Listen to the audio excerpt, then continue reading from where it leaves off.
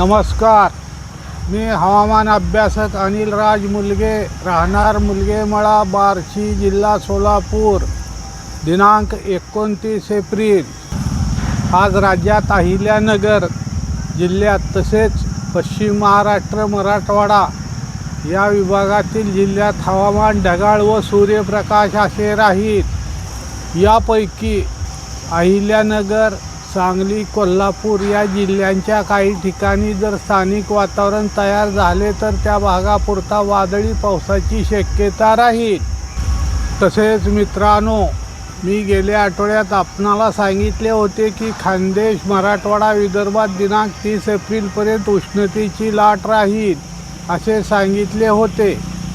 तसेच सोलापूर जिल्ह्यात तापमानात वाढ राहील असे पण सांगितले होते. याला मुख्य कारण झारखंड येथे असलेल्या कमी दाबाचे क्षेत्र कारणीभूत ठरले आहे असे माझे मत असून, सदर या क्षेत्रामुळे पश्चिमेकडील देशातील वाळवंटी भागातून उष्ण वारे खेचल्यामुळे सदर दिलेल्या विभागात उष्णतेची लाट निर्माण झाली आहे. तसेच आज खानदेश, विदर्भ, मराठवाडा येथे उष्णतेची लाट राहील. यापैकी पूर्व विदर्भात उष्णतेची तीव्र लाट राहील. तसेच पश्चिम महाराष्ट्र, कोकणात तापमानात वाढ राहील.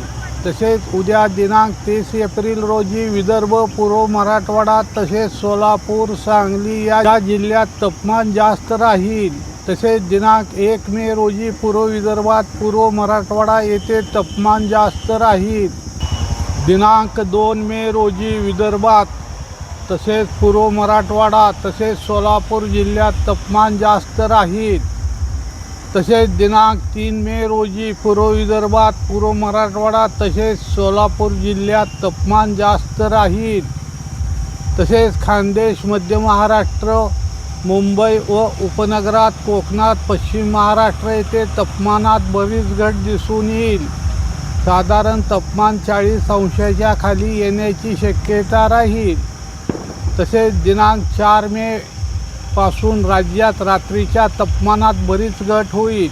त्यापैकी खानदेश, मध्य महाराष्ट्र, पश्चिम मराठवाडा येथे रात्रीचे तापमान 20 अंशाच्या खाली येण्याची शक्यता राहील. तसेच दिवसाचे तापमान 37 ते 40 अंशादरम्यान राहण्याची शक्यता राहील. राज्याच्या इतर विभागात तापमान सरासरी इतके राहील. तसेच पुढील 5 ते 6 दिवस तापमानात चढ उतार पाहायला मिळेल. त्यानंतर राज्यात ढगाळ व सूर्यप्रकाश असे वातावरण निर्माण होण्याची शक्यता असून, तसेच दिनांक 12 मे पासून राज्यात भाग बदलत अवकाळी पावसाची शक्यता राहील. त्यामुळे मे महिन्यात शक्यतो उष्णतेची तीव्र लाट राहील असे सध्या मला चालू वातावरणावरून दिसून येत नाही. तापमानात चढ उतार राहील पण तीव्र लाट राहणार नाही असे सध्या दिसते आहे. जर पुढे वातावरणात अचानक काही बदल झाला तर उष्ण लाटेसंबंधी माहिती दिली जाईल. सदर हा अंदाज राज्यातून सर्वात प्रथम मी देत आहे. सदर माझा हा व्हिडिओ आवडल्यास त्यास लाईक करा, सबस्क्राईब करा व शेअर करा. धन्यवाद.